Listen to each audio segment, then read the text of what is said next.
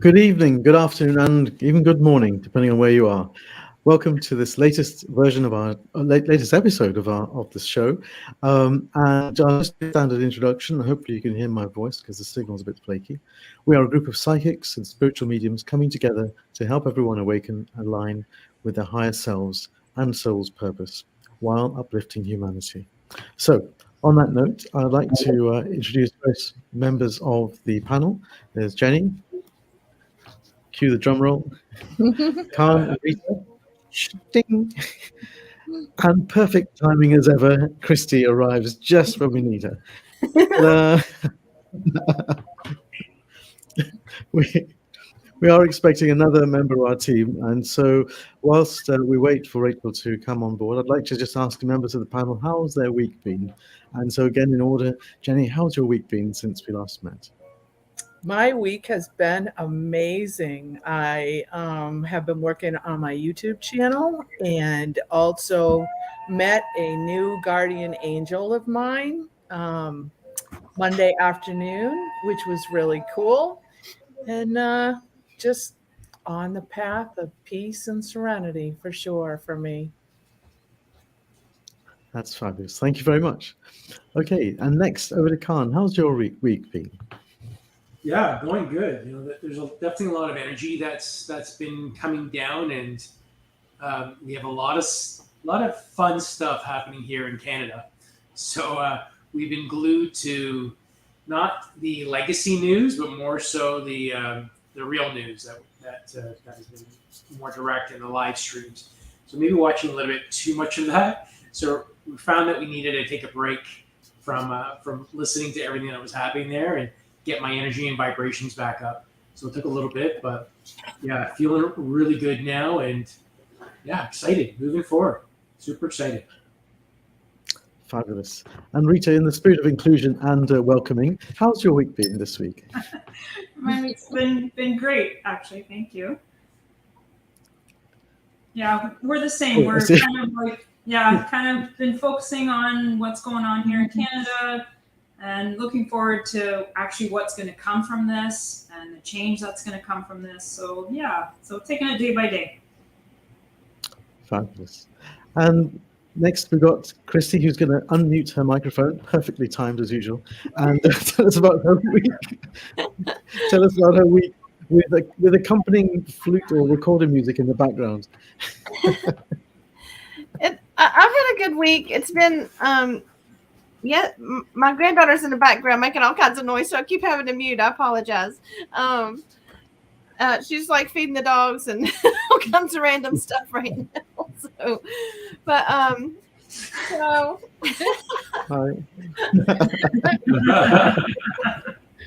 she's on a roll today. So yesterday's the energies with the 2-2-2-2-2-2 Tuesday has been just very high vibe energy. Yeah. I noticed I like one thing that was really strange for me.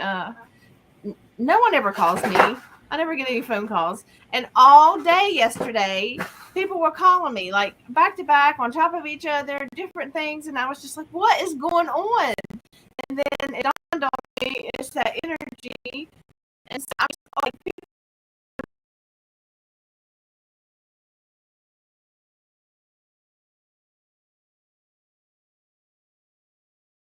that was one of the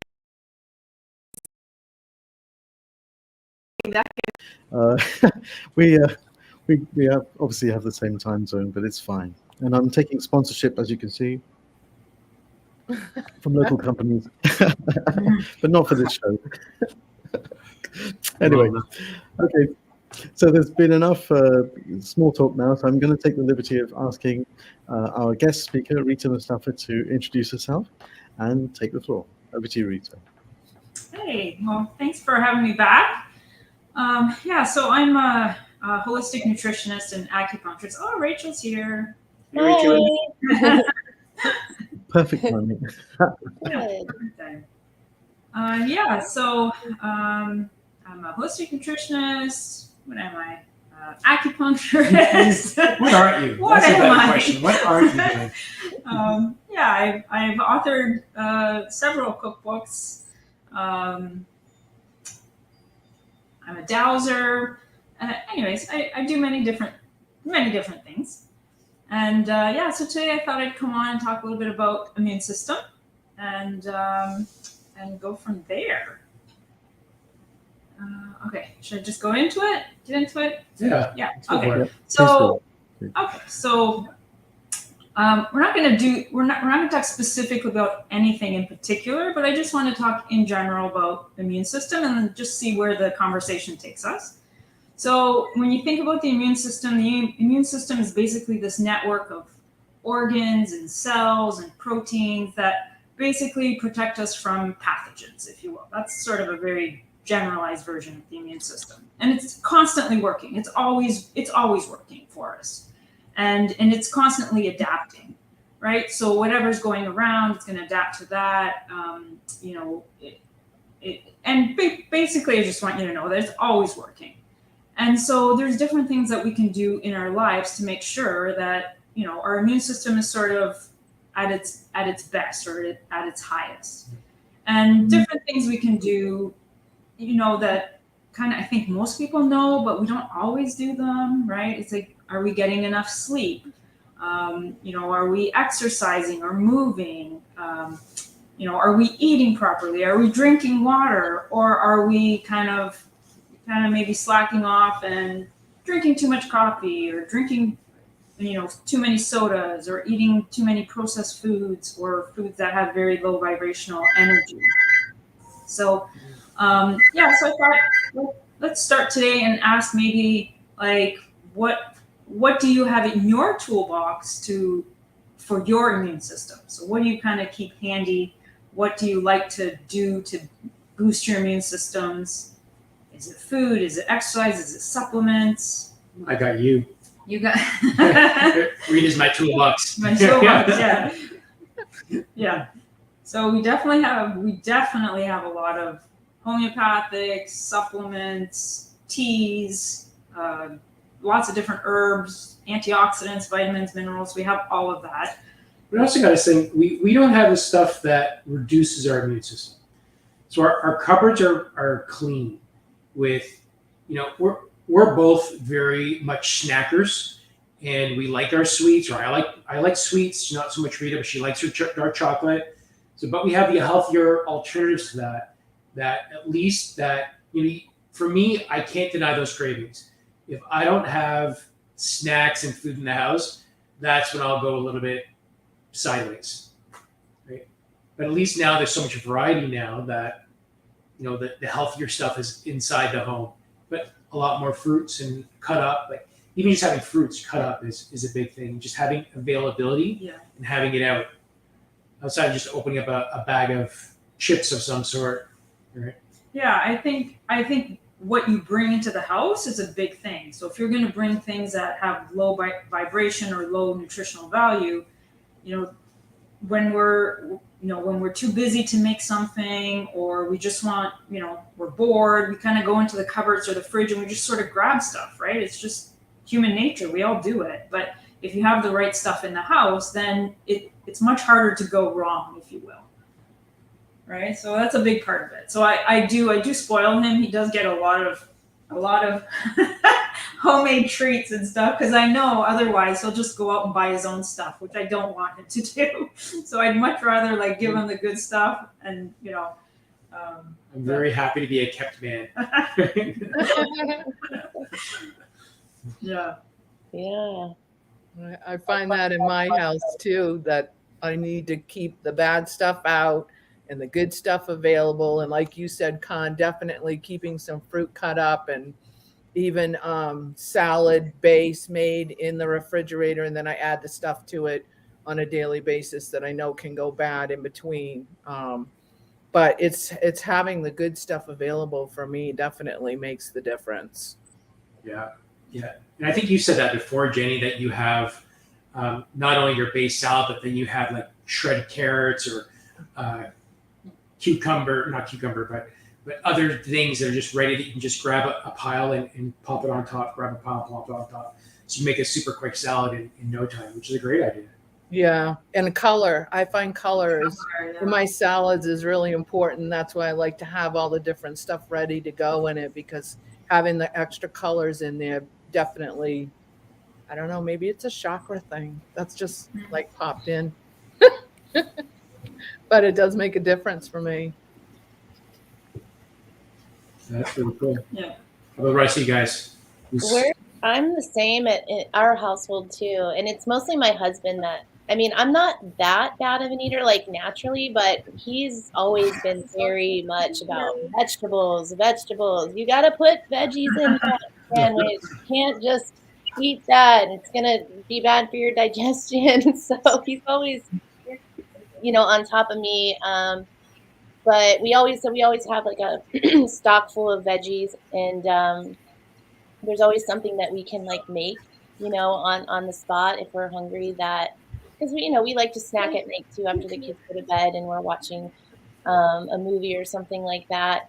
We look forward to those moments, and it's my husband gets excited because he's like the creator. He's like the master builder type archetype. He likes the challenge of like trying to make something with just whatever's available. So he'll make like a salad and it'll just have all these veggies. Like last night, he made a salad and he's like, oh, Brussels sprouts. And he grabs the Brussels sprouts and he starts cooking those up. And I have no idea what he's going to make, but it's always delicious.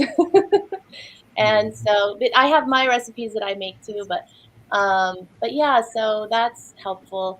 I mean, it's helpful to have support, also as parents, it's a little bit more challenging because our kids do come home from school sometimes with like candy and Valentine's Day stuff. And you're just like, oh my gosh. So they'll kind of like, we always hide it from them, but they'll sneak it. And so we try to keep them on track, but we have more stuff. We try to stick with the healthier snacks, but every once in a while we'll end up with like Cheez-Its or something like that. It's like, okay, hard to resist every once in a while. But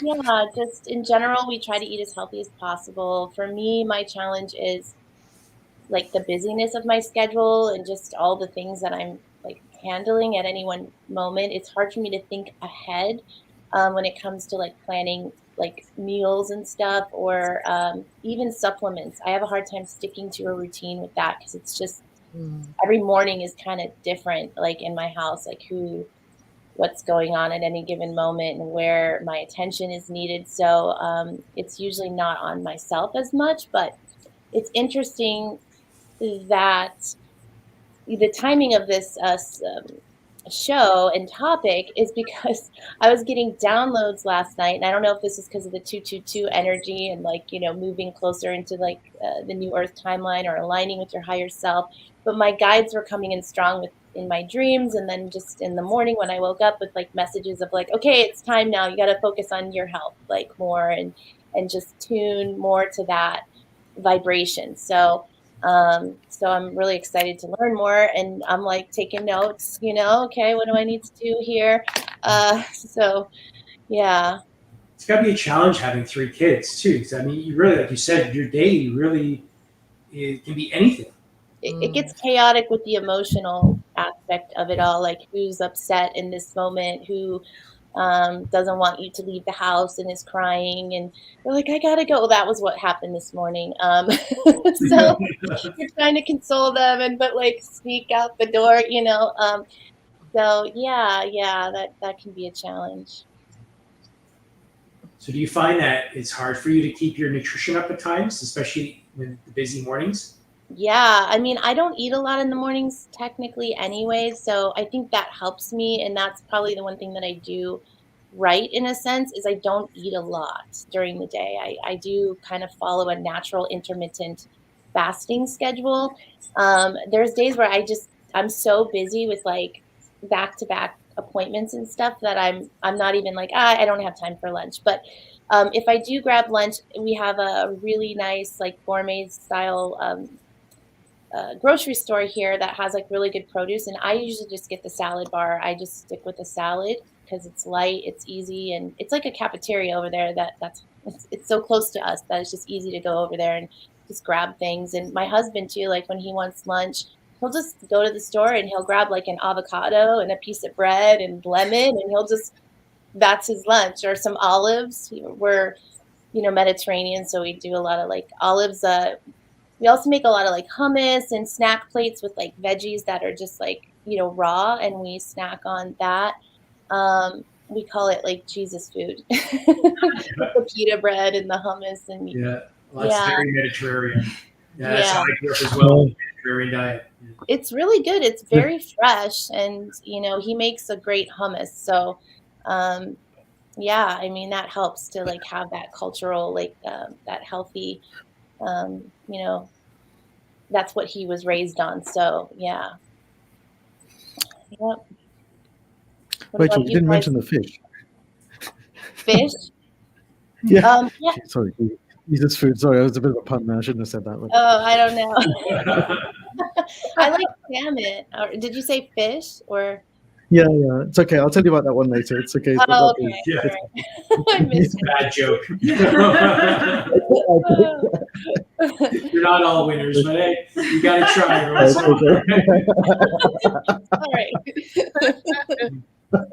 Well, how about you, Doc? Because I mean, in the UK, typically it's kind of, I don't know, I guess with Jamie Oliver and some of his past shows, the difficulty of getting to get fresh vegetables or fresh fruits in there.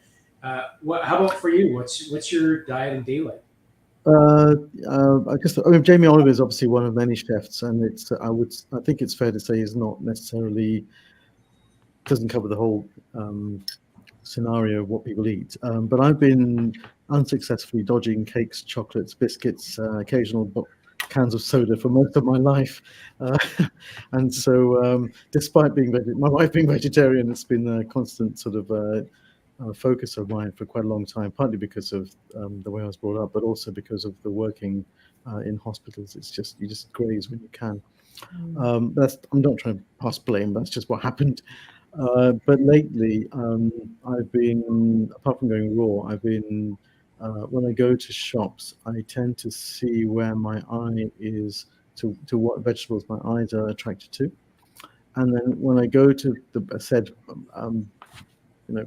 display of vegetables, I'll then very carefully put my hand out and feel which one feels right.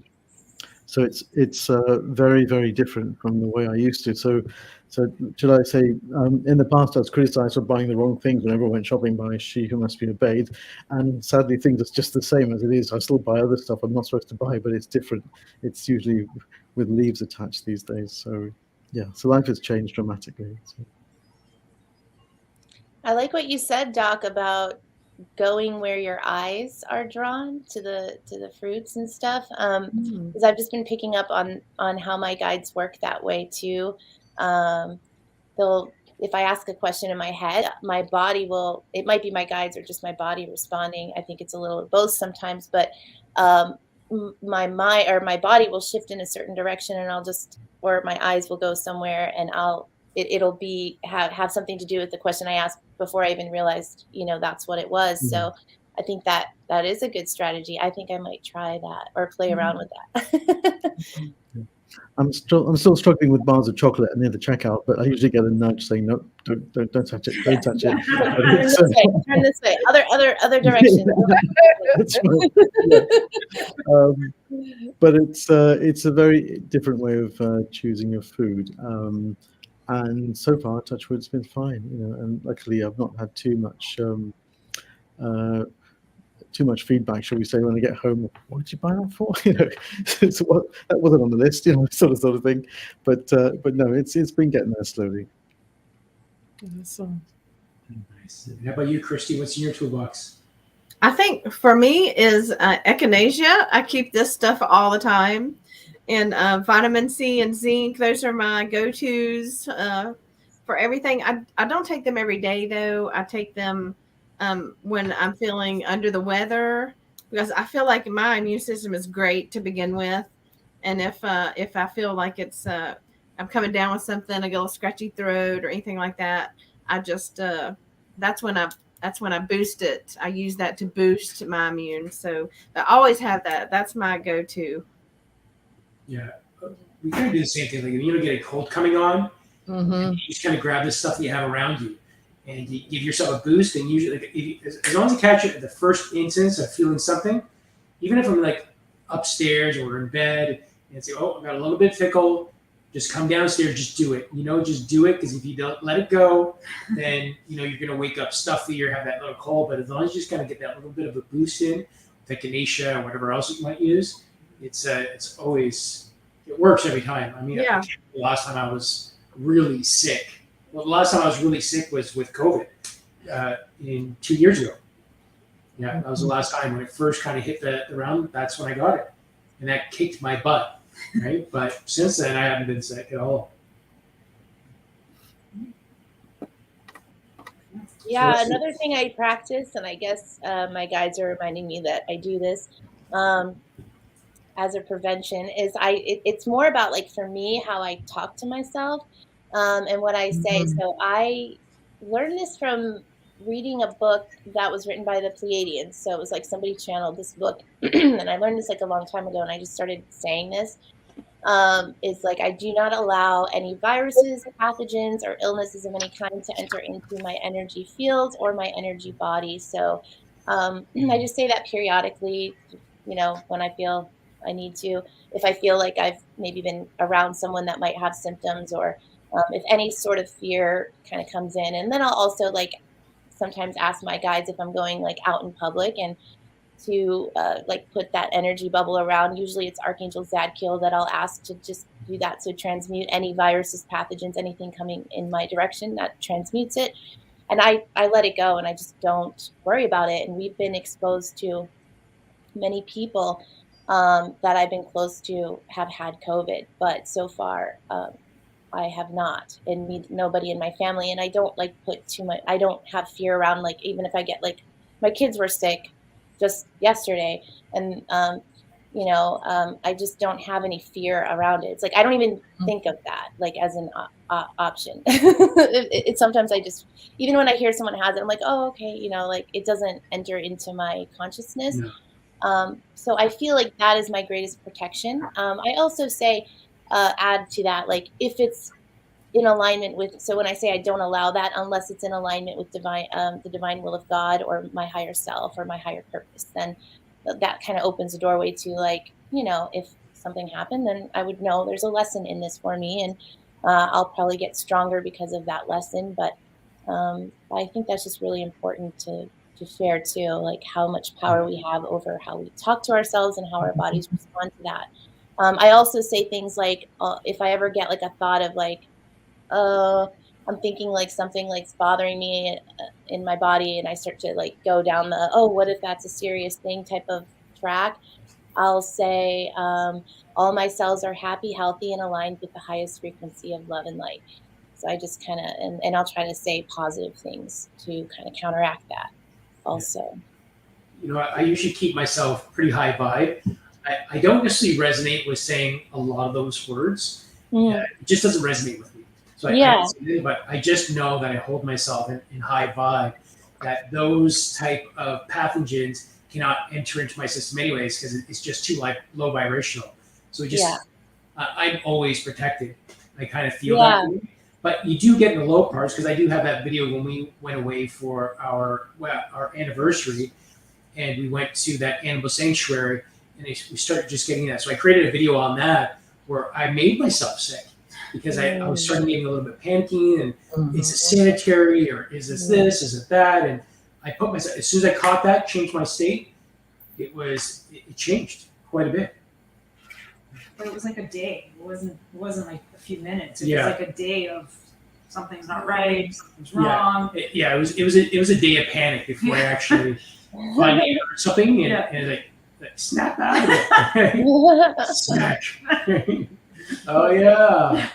It's that feeding into energy, the bringing the vibration down and feeding into that negative energy thoughts of, oh my gosh, am I getting sick?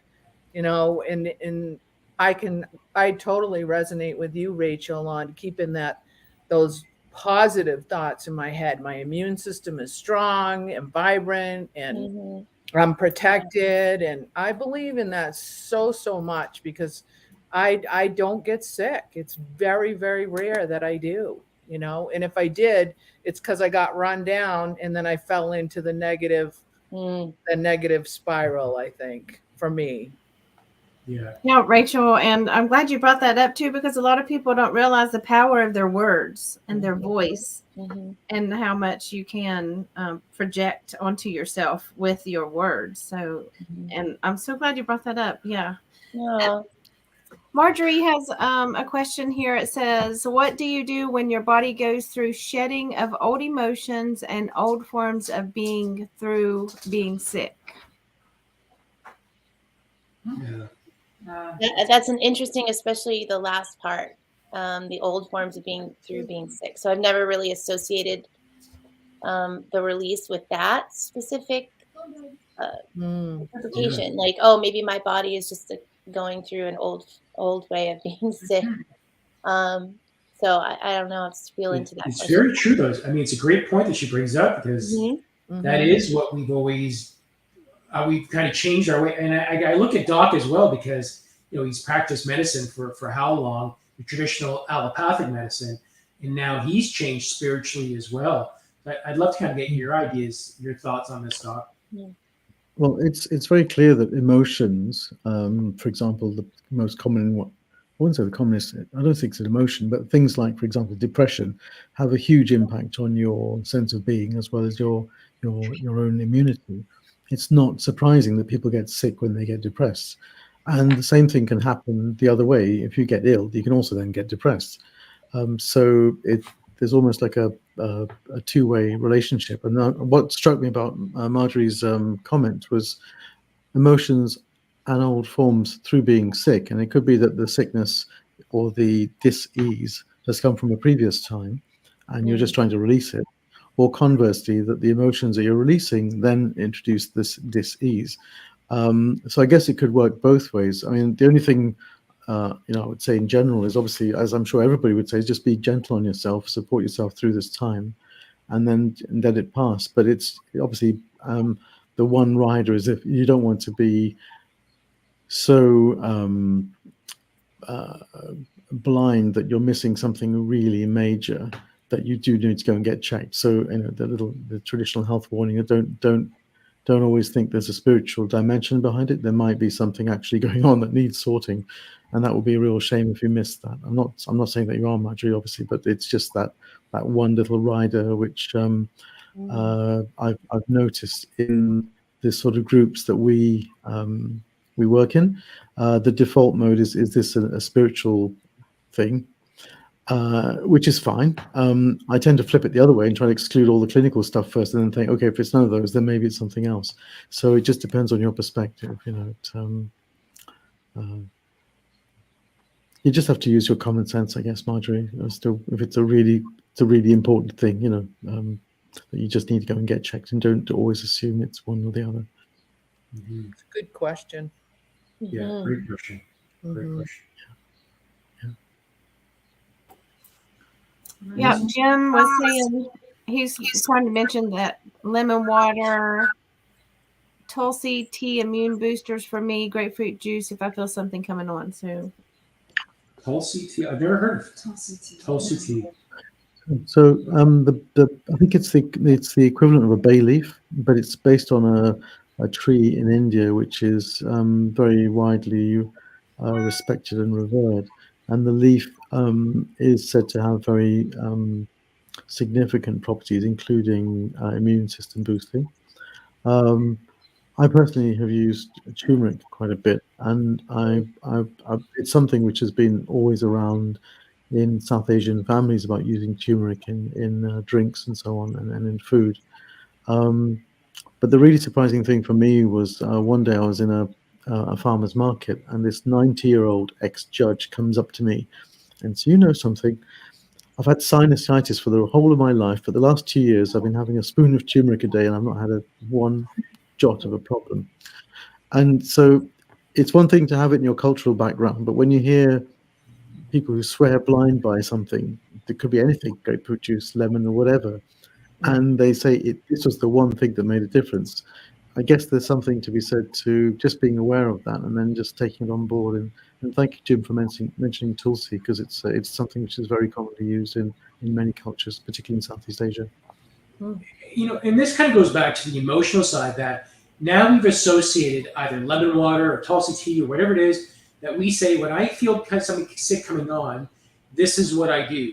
And then we put energy and power into that. So now that is a psychological piece as well. Or we know that with our words and emotions, that we say, well, if I do this, it gets rid of the cold. And it doesn't even have to be whether it's lemon water, Tulsi tea, echinacea, whatever it is. We could really even be this Werther's candy, which is full of sugar or whatever else. No, if I take that, it gets rid of it every time. And, that's power in itself. There might be a more than one. It's not just a single cause and effect relationship. There might be multiple relationships, including your general well-being. But I think what's interesting with a lot of these things like lemon water, Tulsi, turmeric, is that they're also antioxidants, and raw food and smoothies, etc., also full of antioxidants. So again, there's something to be said for these in general, like vitamin C, for example. Yeah, I found this last 3 weeks. We've been doing a lot of raw. And I just had no desire to have coffee as well, even though it's part of this 104 course that we're taking with William. It's kind of high vibe, and they suggested it, but it's kind of doing that already before we enter the 104, because of just, I think, the energy and just the body, listening to the body and being more aware of it. It already said, okay, let's get off coffee for a little bit, because I like my Americano at nighttime once in a while, and we typically share one. But, just having those high vibe fruits and vegetables all the time, I think it makes a difference, because my body feels great. Like, my body is super strong outside of the physical manifestation. But again, that's my psychological piece, that every time I get up and I'm all cricky or something's happening in the MS, now I'm trying to disassociate myself from that. But the body itself is ridiculously healthy. And it really comes down to the overall food, nutrition, the raw, avoiding of certain things as well. Big difference. Yeah. I like what you say about the connection to the food or the supplement or the herbs or the teas, because there is, we do put energy into it, right? So same with like the foods. If we're eating great high vibe foods, but we're in a very negative state, then you're not always going to get the benefit of it. And it's same in the reverse. Like, if you're in high vibe, high energy state and you're eating a candy bar, it's not the end of the world, because your body's in a high state, right? So knowing where you're at emotionally and just tuning into that, I think also makes a big difference. So, yeah. Mm-hmm. I want to try mushroom coffees. I alternate with that with my coffee, because I have not kicked the coffee. I'm still having the one a day, and if I feel like I want another one, I pull out the mushroom coffee, and it does help. Yeah. Didn't you mention a type of coffee before on a previous show, Jenny, that you use? It was like mud or something? It's called, it's mud water, I think it's called. Mud water. Yeah. Is that coffee or something else? Nope, it's not coffee. It's a blend of turmeric and mushrooms and lion's mane, and I can't think. There's a bunch of other things. Yeah, so a group of medicinal mushrooms. Like, yes. They generally make them into a powder, and then they usually will add it to like an instant coffee, and then you can. Yeah, and it has cacao in it is the other thing that's in it. Nice. Yeah, so it's a nice blend. It was a little bit different tasting the first time I had it. It's very earthy, but I like that earthy flavor in a drink. So now, we're talking about mushrooms. Is there mushrooms that, because mushrooms are, I find they're so powerful. Are there mushrooms that increase your immune system? So in general, most of the mushrooms, there's a group of mushrooms we call medicinal mushrooms, like reishi and like the lion's mane, turkey tail, cordyceps. Like there's a group of them, and in general, they would be like an adaptogen. So they kind of more or less regulate the immune system. So if your immune system is in high, like overdrive, and it's not supposed to be, it can help regulate it. If it's like, low functioning, then it can help bring it more up to like a neutral. So they're called adaptogens, but they have so many medicinal properties that I don't even remember all of them, but there's so many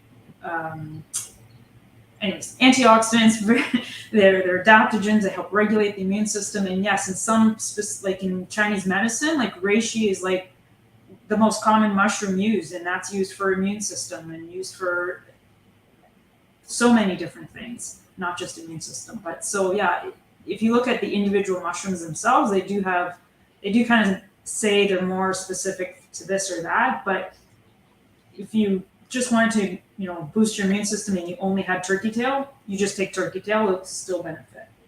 Like cordyceps I know is good for lungs. So a lot of the athletes will use it to help for their lung capacity. But, someone with asthma could also benefit from cordyceps, but they might also benefit from all the other medicinal mushrooms. Yeah.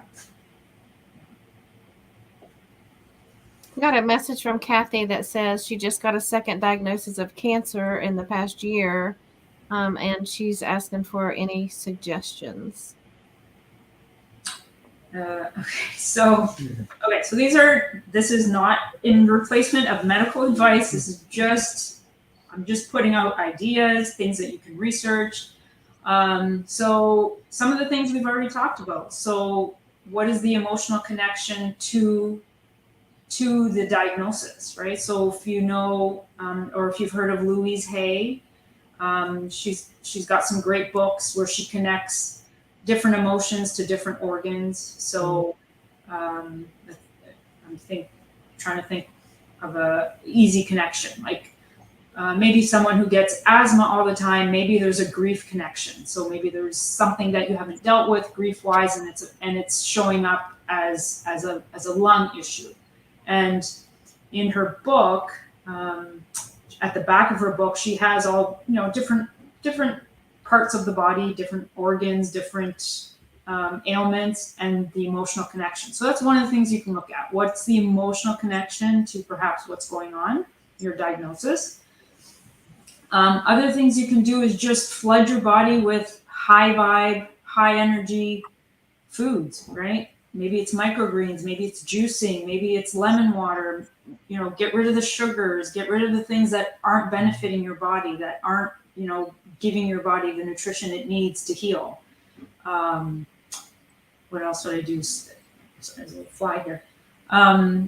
Supplement wise, so those medicinal mushrooms we talked about, look into those in terms of what's going on with your health, and see if there's maybe some medicinal mushrooms that you can incorporate into your diet through supplements or eating them, or drinking them as a tea, whatever it may be. So those are just some general things. I don't know if that answers the question, but just some things to look into. Look at the emotions. Make sure your foods are high vibe. Look at some herbs, adaptogens, things that also can benefit the body, put your body into a higher state of vibration. And Kathy, if you want, reach out to me, and we'll do an emotional release session, and we'll just kind of see what we get in there, and then you can use the tools that you gain from that to continue to work on yourself. So that's an option for you if you want. I was just gonna say, I've heard that, I don't know if this is true, I've just heard this, that cancer can't live in your body if it's alkaline. Fine. So yeah, I think, well, that resonates with what you guys were saying though, like with the high vibrational foods and all of that. But my question would be,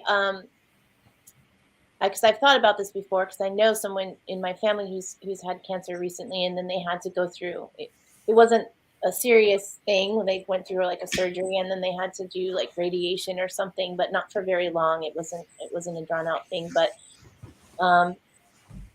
if you were in our shoes, or like people like that have this awareness but had a diagnosis like this, and the doctor is telling you to get radiation and all this treatment, how would you what would you recommend that person continue with that path? Because the radiation to me seems like it could be, that's my fear, I guess, is like, how would that harm my body? And is that necessary? Or would I just go on a path of just, holistic healing and stick with that? I don't know. It's just a question I'm throwing out there for anybody that wants to throw in their opinion on that. Yeah, I think I always tell when I'm working with clients is I always tell them to do what feels right. So if the radiation route is the way they feel they need to go, then I think that's the way they should go. I can support them regardless of their choice, whether they go towards one direction or the other direction. We can support it. So going to your question about the radiation, so yeah, there's going to be some. I don't want to use the word damage, but there's going to be some side effects, I guess is a better word, from that sort of treatment. But we can still support the body, right? So if the cells are being damaged, then what can we do to make the cells better, right? So again, going back to the juicing, just flooding your body with good things, nutrients. But then there's things that can help bind up the toxicity. So chlorella as an example. Chlorella is a well-known chelator, so that could be something that they could research and look into as something they can do along with their treatments to help bind things up, bind up some of that toxicity. Buckwheat is another food that in Chinese medicine we use also to be like a protective against radiation. So again, that's something that you can try incorporating into the diet. What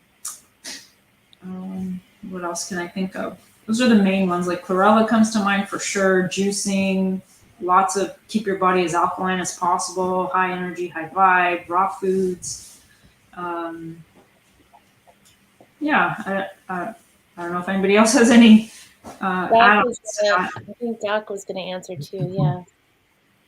Yeah, I mean, first of all, thank you, Kathy, for sharing this with us. This can't be been easy for you to talk about.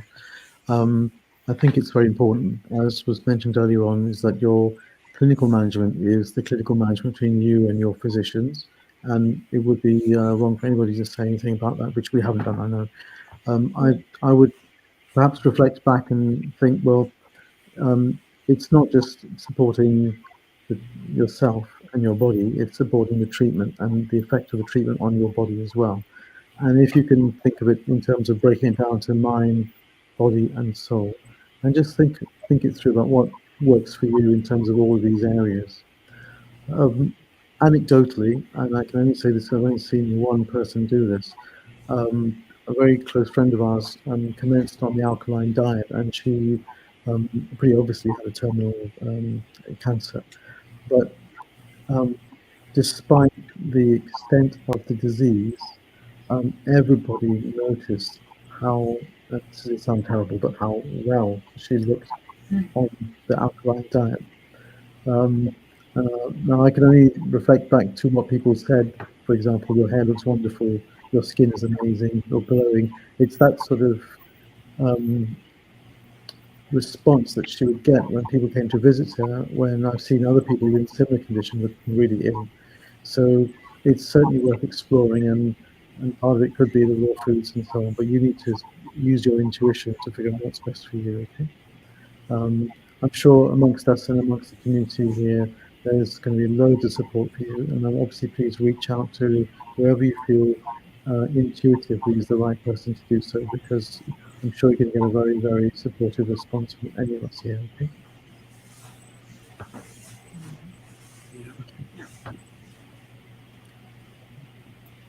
Awesome. Thank you guys so much. It's a topic that, it touches all of our hearts, because I'm sure all of us know someone that has this condition and suffered from it, because it's so far and wide.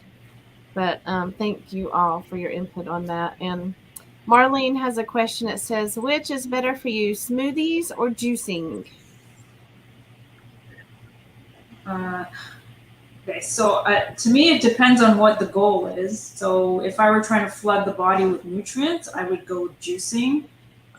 If you're just trying to get nutrition into your body, because whatever, you don't normally eat breakfast and you want something for breakfast, then that would be more of when I would do a smoothie.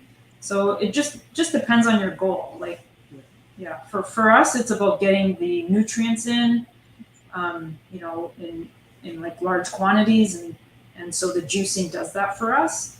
Yeah. So in Kathy's case with the cancer, she wants to give the stomach a break from breaking down the smoothie, the fibers of the fruits and vegetables. So it's better for her to do juicing, so that it bypasses the stomach, goes into the intestines, it gets absorbed.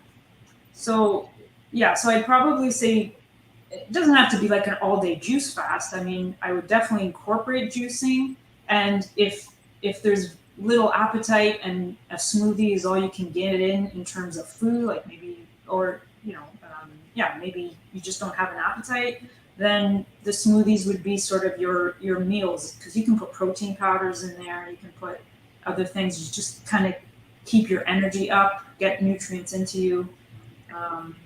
Yeah, so they're both good. It just depends on what you're trying to get out of it. So, Good question. yeah.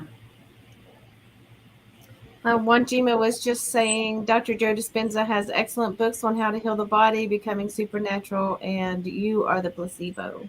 So one Gemma, that's I started with Dr. Joe's stuff, and I became quite an expert with psychoneuroimmunology, and that is what Dr. Joe's information is based on, and that a lot of course, you've channeled in, and he's sharing that out. But the science that he's put behind it, because my brain is very mathematical and scientific, I really resonate with that. But now moving on to what I'm doing now with what I've learned through William, it's just condensed it down so much better and so much more informative. But I find that it was such a good knowledge base and information. What turned me off was the idea of having to go to these week-long retreats. It was like $5,000 US to go for one of these things, and you know, I know people. So I'm part of the healing circle, and people that head this healing circle up are from Dr. Joe's group, and they're very good at healing people. But what ends up happening is that a lot of people go to these events and they say, "Oh, it's the Holy Grail. I do these things," and then when they leave, they don't carry it on with them. So they don't necessarily take on the tools for them to do it. So I found that part kind of turned me off a little bit about Joe. No, it didn't turn me off, actually. It really gave me the knowledge that I needed, but then it allowed me to explore more and refine it down to really what was important to me. And that's what I did. But Dr. Joe was an amazing start, especially You Are the Placebo is a great book, and Becoming Supernatural. Yeah, love it. I also like the book by Bruce Lipton, Biology of Belief. So that's a really good reference, also something to read up I on. love Bruce Lipton. Yeah. It's funny because sometimes, because I've never been a big Bruce Lipton fan, I've been always Dr. Joe Dispenza, and Rita's the other way around. She's never been a fan of Dr. Joe, but a big fan of Bruce. So but again, it's the same thing. Go with what you resonate with. Try it, see what resonates, see what connects with you, and go from there. I'm going to ask a really difficult question now. How do you know when the books you're reading are not the right ones? I mean, I know you mentioned intuition, because honestly, I've heard of a lot of snake oil salesmen around now who's been selling all sorts of weird and wacky cures for cancer. And sadly, a very close friend of ours who was a victim to one of these things. And I have to be very, very honest with you. Sometimes I'm a bit skeptical, to say the least. So have you got any tips for the audience on how to figure out whether it's a dodgy sort of idea or site or person? I'm sure you're going to say intuition, but over to you, Jenny, first.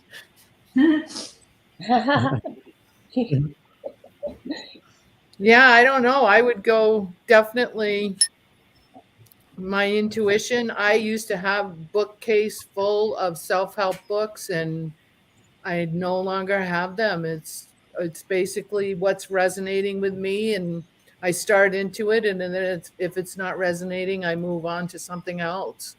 But for me, it's definitely mostly the spiritual stuff that's helped me in connecting with higher power and doing the meditations that has come into play for me. But yeah, that's a sticky situation, Doc. That's sad to hear that your friend became prey for something like that. Yeah. What came to mind, oh, sorry, go ahead, Doc. Yeah. It's okay. What came to mind and to answer that was, well, something I channeled Freddie Mercury yesterday live in my private group, and something he said just kind of relates. It's like, don't put all your eggs in one basket. Mm-hmm. And because what I was getting before that, the message was like, have multiple, like look at it from multiple directions, like the problem, like don't look at it just from one, like answer is the cure all end all be all, but be open and being willing to accept like pieces of information. Like maybe there is something true in that book, but again, take what resonates and leave the rest. But be willing to see all sides of it. And that means like the sides that maybe you like, the doctor side, like what, like look at all of the sides, because there's truth in all of it, all of those perspectives, but don't just take like one person's word for it and just be like, here, that, give your power away in that sense. Like you decide what's right for you, and you have to be able to feel into that and understand what that means to be like, what resonates and stuff. Yeah. Thank you. Over to Khan and Rita. Any advice for the audience from your perspective? I would say get the books like you do your crystals and your angel card decks.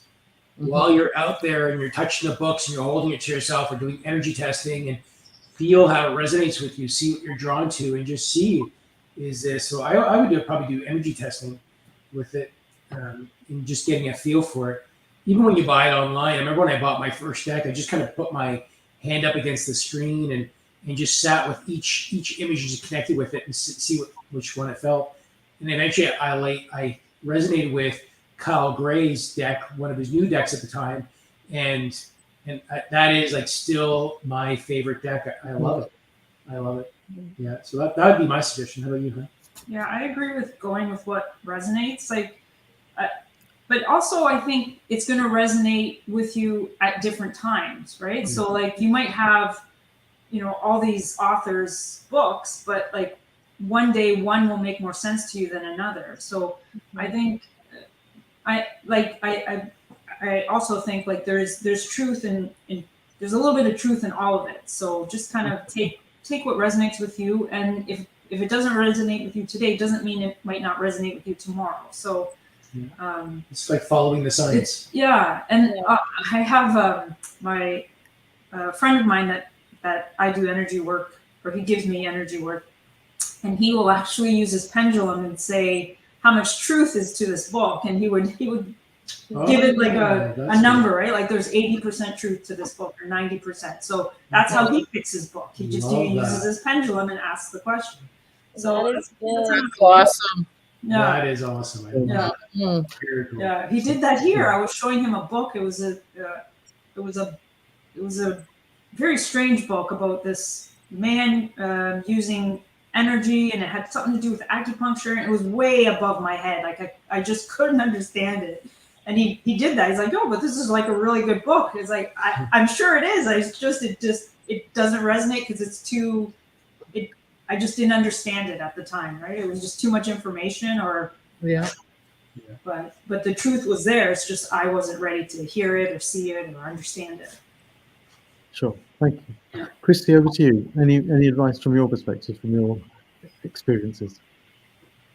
I agree. I resonate with what everyone has said, actually, and it's all a combination of everything that everyone has said. The intuition, and there's books that I own right now that I resonated with, when I purchased them, but now I don't. Mm-hmm. So I feel that too, and I think what Rita is saying is it's a different time. It's where you're at energetically. It depends on what you're going to resonate with, and that really resonates with me a lot, because it's so true. Because as we advance energy wise, what information that we bring in is going to change to meet that. So I agree with all of you, though. I don't disagree with anyone. So There's truth in all of it. That's right.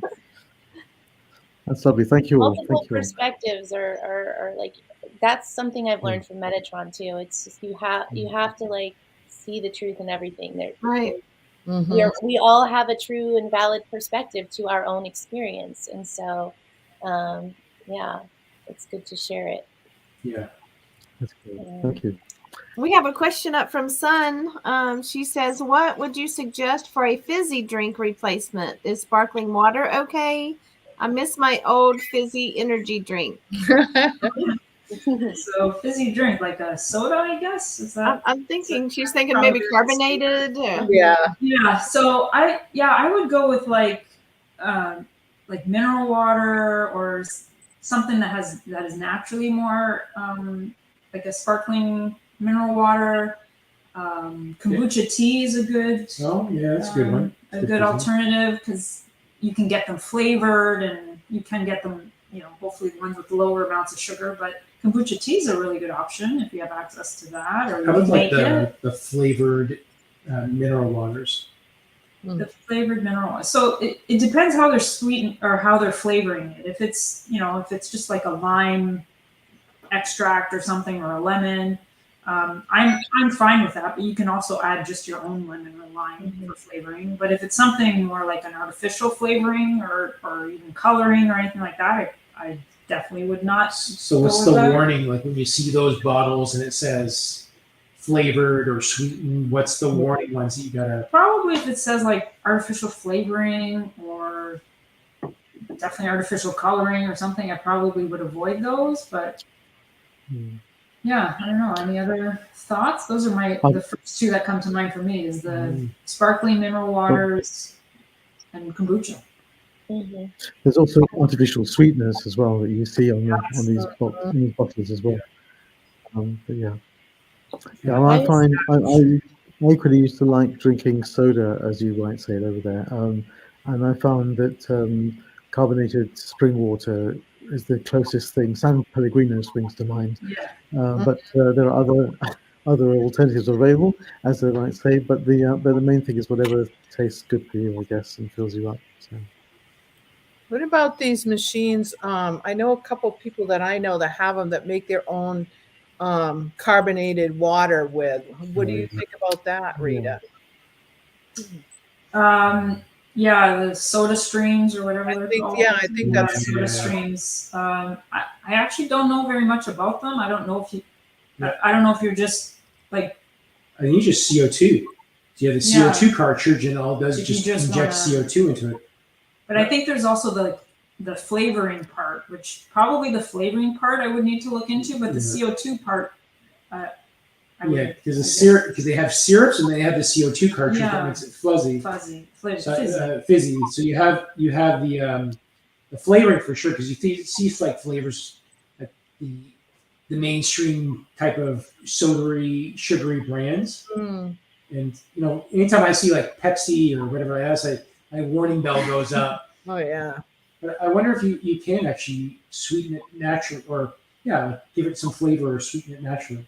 What do you do? Because I have cranberry juice, or can you add cranberry juice to mineral water? Yeah, of course. There's so many things. I sometimes will just use a tea bag. Like I have one tea that's a wild cherry or something, and I'll just add the tea bag into like a liter of water and let the flavor just seep into the water, and then I have flavored water, and it's kind of sweet because it's a black cherry flavor, and like. But yeah, there's so many options. In the summertime, I have people like freeze things like pomegranate juice or whatever kind of juices you like, and then maybe just put like an ice cube of that into your water, so you're not just drinking full on juice all the time, but you're kind of flavoring up your water, right? But lemon, lime, all that stuff is great. Anyways, that's what I do for water. Just kind of flavor it up. Yeah, Lisa has a little concoction that she makes. She says, make my own with 2 teaspoons of apple cider vinegar, 2 teaspoons of lemon juice, 1/4 teaspoon powdered stevia, and 10 ounces of Sans Pellegrino sparkling water. Awesome. So a tablespoon of apple cider vinegar. So 2 of those, 2 tablespoons of lemon juice, and stevia. I've never been a fan of stevia myself. I can't. I don't just know what it is. I can't either. It's strange. It tastes strange. It's hit or miss. Yeah, it's hit or miss. But adding another type of sweetener would be good. Yeah, that's interesting. Apple cider and lemon juice. Lemon. I really am curious to taste that. When you said. Yeah, Like it's, that's sour. Yeah, a little bit of that sour. And the sour and sweet. I bet that'd be really good. And so, but, I hear the stevia is like, Me too. Like cringed. I was like, There's I've never tasted stevia. Xylitol or something else. it can be bitter. Something like that. But, Yeah. Or just use a little bit of maple syrup. You'll be fine. What about, I promise. what about agave? If you wanted a little sweetener, to use some agave. Yeah, use some, as long as it's raw. Right. Yeah. Cool. Too much makes it bitter, she says. Yeah. Oh, yeah. Yeah. Yeah. Right. So, what else do you do for supporting your immune system then? Well, besides what we've talked about, so we do eat a lot of high vibe food. I think anyway. So we always have salads. We always have microgreens. Like I grow a lot of microgreens downstairs. I actually am growing like lettuce also. So I always have that kind of stuff available. We always put nuts and seeds on things. And why is like nuts and seeds good for the immune system? Well, I'm just talking about high vibe food, like just keeping nutrition in the body, right? So you keep putting good stuff in, and that is just in general is going to turn into supporting your body in general. Mm-hmm. But other things for the immune system would be some of the other stuff we talked about, like how do you handle your stress? Are you handling your stress? Are you sleeping? Are you going for walks? Are you getting fresh air? Are you exercising? What's your state of mind? Like if you're in a low vibrational state for whatever reason, how do you bring yourself out of it? Or if you need to stay in that state until you figure something out, but you have all these other tools to support you while you're there until your energy shifts. But in terms of even like supplements, we do take supplements, but our supplements are mainly food based. So instead of a multivitamin, we'll do like a green powder. So different grasses and different fruits and vegetables all in a powder form. So these are like daily things we do, right? So what else do we do regularly? So those are sort of the things we do regularly. The lemon juice in the morning is very helpful also. Keep your body nice and alkaline. So these are like, trying to think what else. Yeah, I can't really say because we don't eat as much anymore. Yeah. So now our mornings would start out with lemon water, and like at least I'm having a liter of water or lemon water, and then it's the juicing, and then we have supplement with pills. I'll do like vitamin D, D and B. So is what I'll do in the morning, and that kind of covers me. And then maybe some fruit in the afternoon, and then dinner time it's usually a salad, maybe like fish or rice or something like that, like something like Mediterranean usually at nighttime, which is a mix.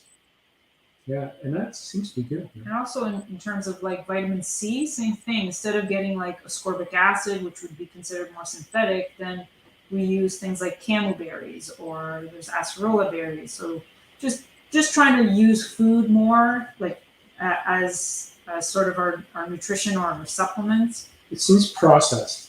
The less processed, like you said, even the vitamin C, instead of a processed ascorbic acid, we're using camelberries, which is a natural.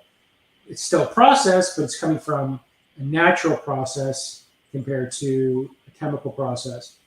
It's a more natural vitamin C. So yeah, more natural and less processed. That's a big thing. I think the world is moving to less processed now. Mm-hmm. It I seems that way. think, I think people feel that they would feel better on less synthetic things, I would think. But and then in terms of like if we needed to boost our immune system for whatever reason, or boosting our immune system, definitely. Echinacea was mentioned before, but we always have echinacea in the house, whether it's in a form of tea or a capsule, whatever it may be. And then, but we also use a lot of homeopathics, which also, when we were talking about the emotional stuff, I wanted to mention also like homeopathics also can be helpful in times when you're dealing with something emotional and you need a little bit of support. So, let's say you're going through a grief process. So, we don't just turn off the grief, right? We have the process of however long it takes to process that grief. But, there are certain homeopathies you can take during that time to also support you so that you're just not in a state of grief 100% of the time. So how about in Kathy's instance that she's going through cancer for the second time? There's probably the emotions that are there, like fear and whatever else. Are there homeopathics for even fear? Yeah, so there are homeopathics for fear. But I think one of the easiest ones that I think is probably easy to find everywhere is like the flower remedies from Bach. The Bach flower remedies. The rescue remedy is probably most common. That's a good place to start. It's not necessarily homeopathic per se, but it is a flower essence. But yeah, as you're going through all the range of emotions that goes along with whatever information you've received, having something like a rescue remedy as a place to start might give you a little bit more insight, so that you're not just looking at the negative side of the information. You're kind of sitting with it, but it kind of allows some of the other information to come through. And is that safe to get like kids, pets, sick, elderly? That's the one thing I love about homeopathics, and also like the flower essences. They are safe, even for pets. So you can actually get rescue remedy for your pets, which doesn't have any alcohol in it. So you can use that one actually for kids if you don't want to give them alcohol, if anybody's avoiding alcohol. So very, very safe. Homeopathics also, they don't interfere with medications. But I would work with a homeopath or someone who has some experience with homeopathy before just taking just any homeopathic off the shelf. But rescue remedy is sort of a very, very good place to start. Excellent. Yeah. Is Rescue Remedy, is that the brand name? So yes, right on it. If you just type in Rescue Remedy, it's a little yellow bottle. It says Bach on it, BACH. Okay.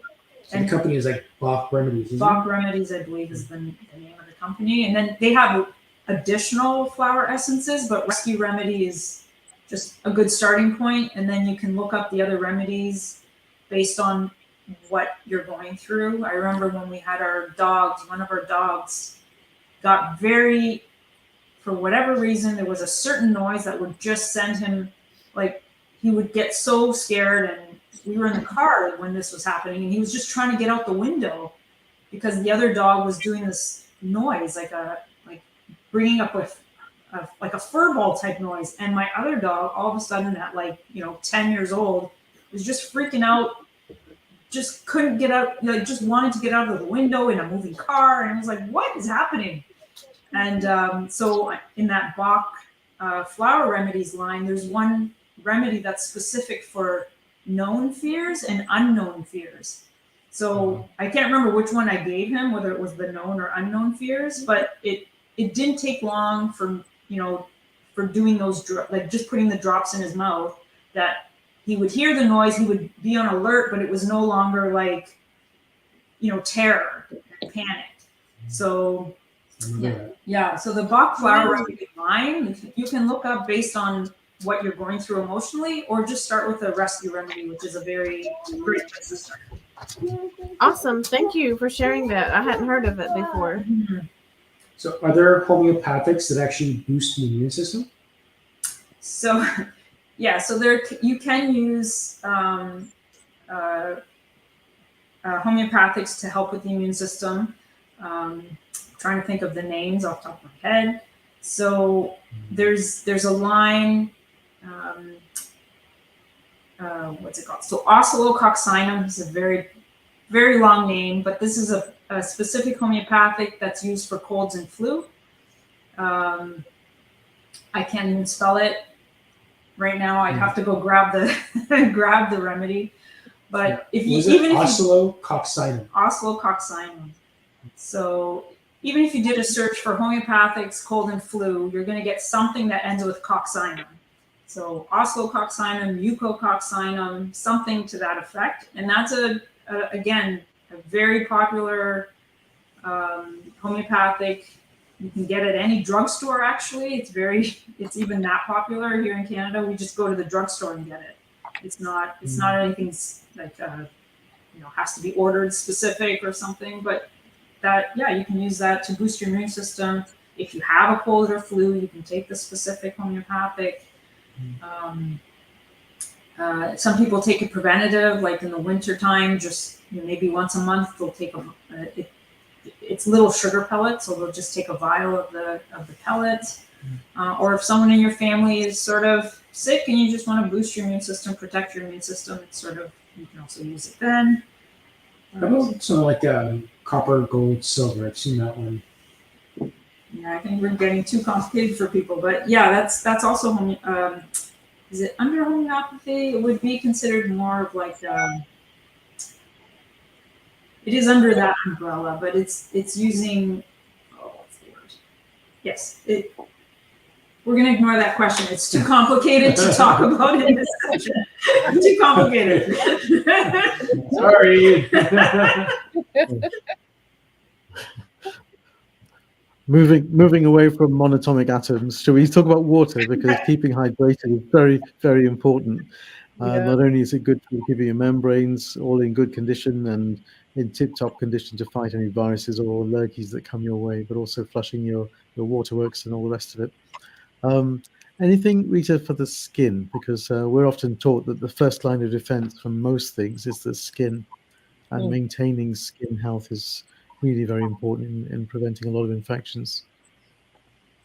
So, yeah, so for skin, skin it is a route of elimination, just like stools, urine, those are all respiration, those are all routes of elimination. So skin can also be a route of elimination if the other routes of elimination are blocked. So there's so basically working from the inside, I would say make sure you're hydrated. I think that's key.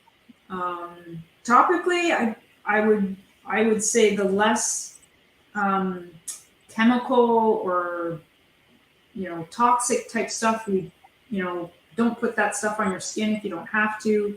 Use more natural stuff like coconut oil or shea butter or that type of thing.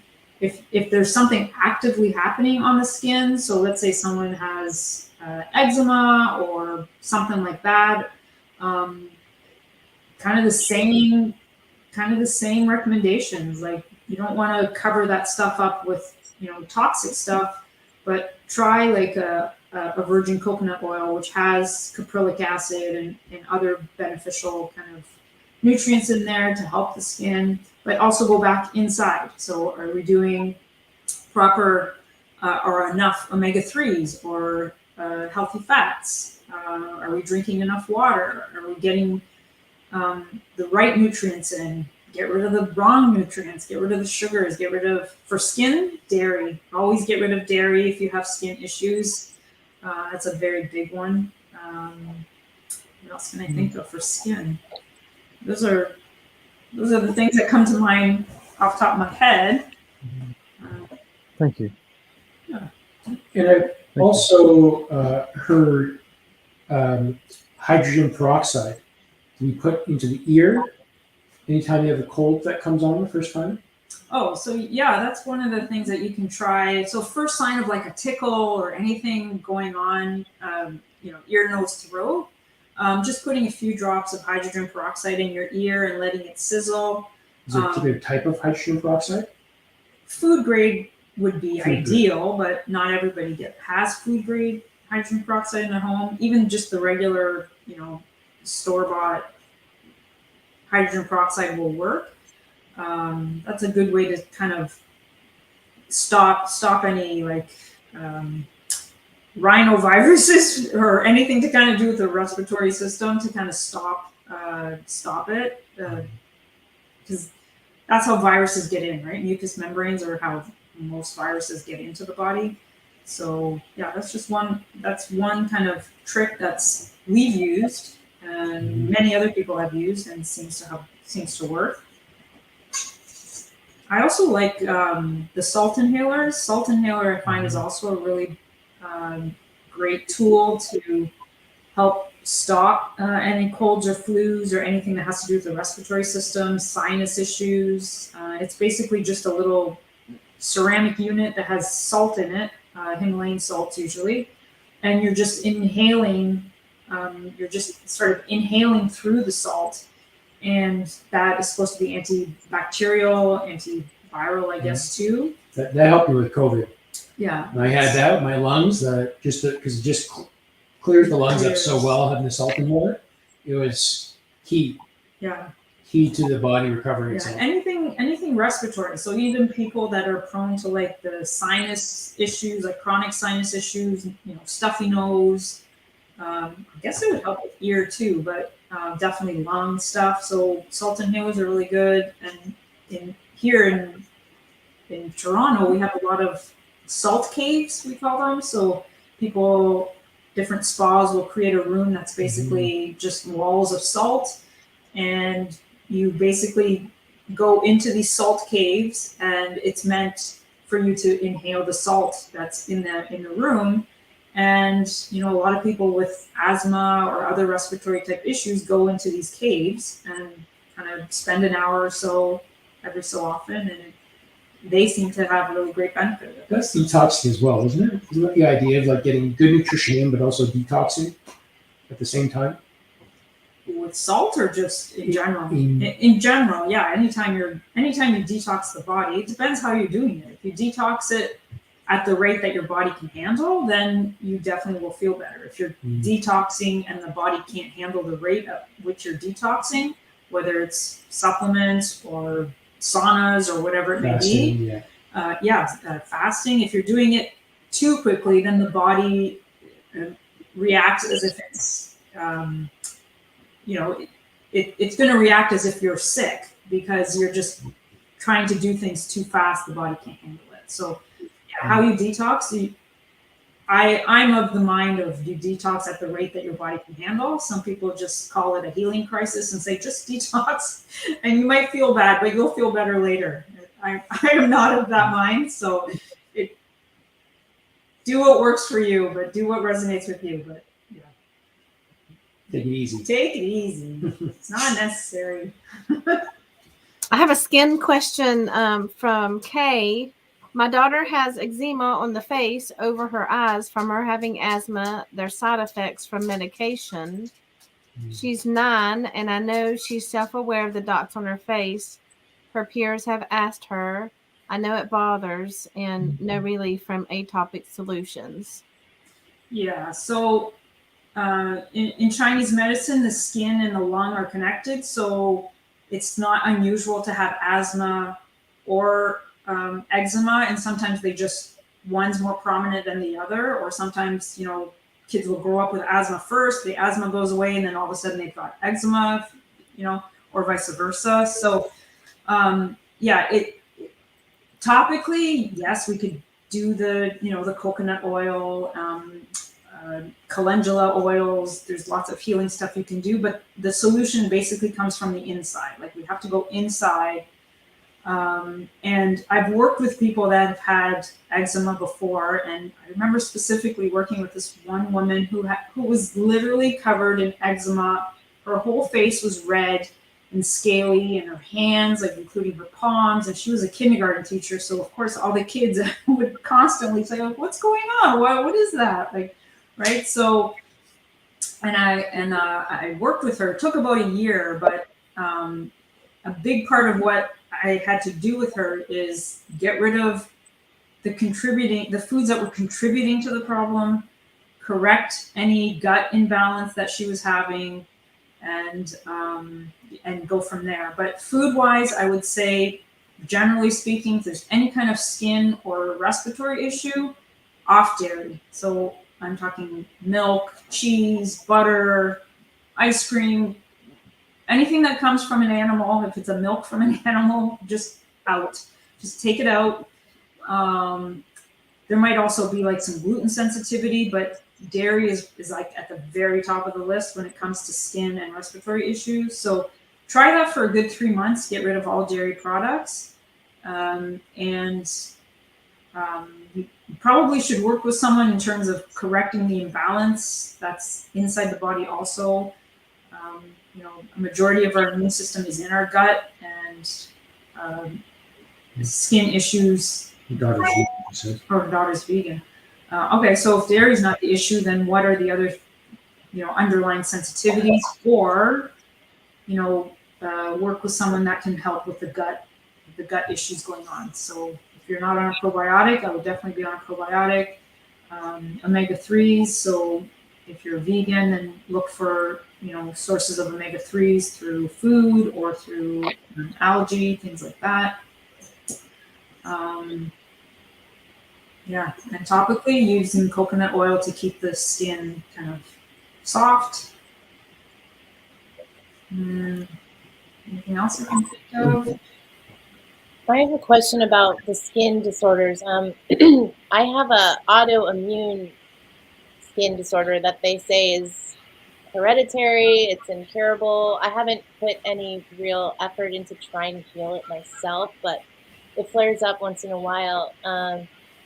Is all of this the same for autoimmune disease? I mean, skin disorders as well? So it can be if like a cirrhosis or like a psoriasis. It's lichen planus. Oh, okay. It comes in my mouth. Sometimes I'll get little white patches. It doesn't bother me, but it's annoying. It's like, okay, like why am I getting this? I haven't really put a lot of attention on it in my like meditation specifically, but I've been led to do vitamin D. That's what my guides were giving me to do. But I'm just curious what your So anytime there's autoimmune, it when the immune system kind of goes into an overdrive, whether it's through stress or usually it's stress, right? Usually stress brings on autoimmune type conditions or makes it worse. So when it first showed up in my life was after my daughter was born. Yeah. Like other than that, I never had like an issue with it. That was when I first got diagnosed with it because I didn't know like what it was. But so I think what's stressful about giving birth? I don't know. I mean, and I don't think it got any better after that because then I had another kid, and in a short period of time, I only had like 2 years or less between like my pregnancies. So, but it's just like an annoying thing. It's not really like it's such a big deal, but I'm just curious because it's saying autoimmune. So I'm like, well, and they're saying it's uncurable. Like it'll just flare up here and there. But yeah, you're probably right. The stress, I would imagine, is triggering that. Yeah. So during those times, you just need to do extra support for your immune system at that time, and also manage the stress, right? So he was Con was mentioning B vitamins. Like B vitamins are really great for supporting the nervous system, and sometimes they're even, when you go to buy a B supplement, it'll say like just anti-stress on it. It doesn't even say B complex. It'll just say anti-stress, and those are the ingredients. Is a lot of the B vitamins and probably some other herbs, but just managing the immune system at that time and managing the stress also at that time. That's how it's showing you, right? It's showing you. Yeah. You know what? You don't want to listen. You don't want to take care of me. I'm going to show you. Yeah, what I need. Yeah, no, I wrote down the B vitamins, and I like you guys sharing like what your daily routine is, because these are things I have but I just haven't been taking. So I just need to be more like, I got my guidance last night about that, or this morning. It's like I need to be doing the supplements, so it's really helpful. Yeah, to talk to you guys. Can I just hop in? Kay just mentioned that her daughter's eczema, if I remember correctly, was started after her son was born. And so the daughter, as I understand it, Kay, was initially the only child, and then she became an older sibling. Now, one of the things that struck me was that eczema can be caused by a combination of environmental triggers, stress, genetics, and here's the thing, immune system activation. So the question is there anything that you can think of from a nutritional point of view can actually reduce the immune system activation? So we've been talking about upping up the game, about improving immunity. Is there anything from your perspective that you might want to share or could consider for trying to reduce the immune response, which perhaps might have an effect on the eczema? So that's where I would go to the adaptogens. So I mentioned the medicinal mushrooms, but you can also use things like ashwagandha. I don't know about herbs in kids. I'd have to look into that. But the medicinal mushrooms, I would say would be definitely something to look into, and the omega-3s. So if she's not doing omega-3s, that would be another way to kind of balance out the immune system. Again, I would use homeopathic, so work with a homeopath. They can definitely recommend. Food-wise,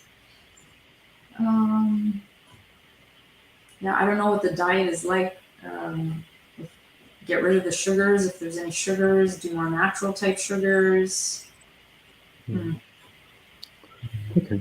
And the thing to mention on the diet, maybe sometimes people have this elimination diet where they slowly try to remove one thing, see if it makes a difference. And if that doesn't work, then try something else. That might, if you think, hey, there's a dietary trigger, which may not be the case, then that might be an approach to consider in addition to what we've been saying as well. Yeah. So generally speaking, so whenever I'm working with clients, I always I use my dowsing as a way to kind of address many things, food sensitivities being one of them, and also if I were scanning the body, I would look for where the imbalances are to begin with, because sometimes, like you said, if it's environmental or if it could even be an underlying like candida or something that could be part of the issue. So yeah, I would look into food sensitivities that often come up with skin or lung. Dairy is at the top of the list, but if this person's a vegan, then I'd go next to gluten would be my next one. And sometimes it's nuts. So I find nuts come up a lot. So that might be something to consider. So maybe work with someone who can test for food sensitivities, or if anybody wants to energetically have me test their food sensitivities, I'm happy to do that also. Yeah, so maybe wheat. So in general, dairy top of the list, next would be gluten, and then nuts. Those would be the top three that I would look at as things to avoid. Thank you. Yeah. Thank you. So we got a time for a final question here. And Vio says, I noticed lately I've been forgetting things. Before I didn't have to write down things to remember. But now I get to the store and I've forgotten what I wanted. I'm worried. Oh. Anybody have any thoughts on that? You have any thoughts on that? So, I mean, there could be many reasons for that. Sometimes I would say stress could be at the top of the list if you're doing things in a stressful mode. So you're trying to like remember things and you're in stress mode. Most likely you won't remember. So maybe look at stress levels. Again, I go back to medicinal mushrooms. Lion's mane is a great mushroom to research for memory. So that might help. There's other herbs that might be helpful, like ginkgo, but again, that depends on whether you're taking medications or not. So you probably, need to do some research on that one. What else? Those are That's the top. Those are my top three. Yeah. Doc, do you have anything you want to add to that? No, I think I forgot what I was going to say. No, being forgetful is a very common thing in a lot of people of a certain age, and I, you know, I if I could be so forward, I think we all have these moments where we're sort of wondering whether this is just forgetfulness or a senior moment or something more significant. All I can say is that what's good for your heart is, generally speaking, good for your head. So things like exercise, nutrition, diet, and reducing stress are all very, very helpful for your cardiovascular disease. And there's been more and more evidence to show that this also works for your brain as well. So if you think it's something more significant, try those and see if it makes a difference. But don't worry, you're in good company, because I'm sure all of us have those moments. Yep. Yeah, exactly. I can't find my phone like half the time. I'm like, where's my phone? I just had it in my hand. Yeah. That's my biggest annoyance. Oh man. I make lists and leave them at home to go shopping Yeah. all the time. I put my list in my phone, so. Yeah. Well, that's about all the time we have for today, but thank you for our special guest, Rita, again. So much good information. I have like a whole page worth of notes, which is awesome. And thanks for everybody's great questions and for being here. Please don't forget to like the video and subscribe to our channels to support us so we can reach more people and help more people in this way. And if you, all of the contact information is listed in the descriptions box below. So if you have any questions or you want to reach out to any of us, we're always available for that. And we're just going to go around, and I'll start with Jenny to see who has any upcoming events or videos or anything new to share. Nothing yet. Working on it. Good. Soon. It'll be soon. She's getting close. Yeah, that's awesome. What about you, Con? Well, myself, tomorrow is the final private freedom meditation to give freedom to the world. I'm still on the 1 Billion Strong channel at 12 noon and 12 midnight, doing a live meditation or putting up a recorded one of William. But the biggest one is probably this Friday, 12 noon on youtube.com/connight. I am doing Channeling Eric and just channeling intuitive guidance and answering your questions for 2.5 hours. Lately is the sessions that go. So bring your questions, and I'm excited to answer them. And then what's going on with you, Rita? Not much. I think we have a cooking class coming up in March sometime. We're going to be doing something for Pretzel Day. So we'll make some gluten-free, plant-based pretzels. Yeah. I forgot to mention, the first Thursday in March, Rachel and I are going to be on her private Facebook group doing a practice session, which is going to be really exciting. And I'm just trying to find the date that Rita and I are on. I think it could be a Thursday too, but maybe, sometime. And it's the 24th. 24th. Yeah, 24th maybe is our day. Maybe, I don't know. I gotta look it up. That's okay. It'll be there. That's we'll get it to you next time. Yeah, we'll remind you. Lots of time. Yeah, that sounds fun though. That sounds good though. Yeah. Christy or Doc, you guys got anything that you want to share before we get to Rachel? I'm going to be doing a 222222 update.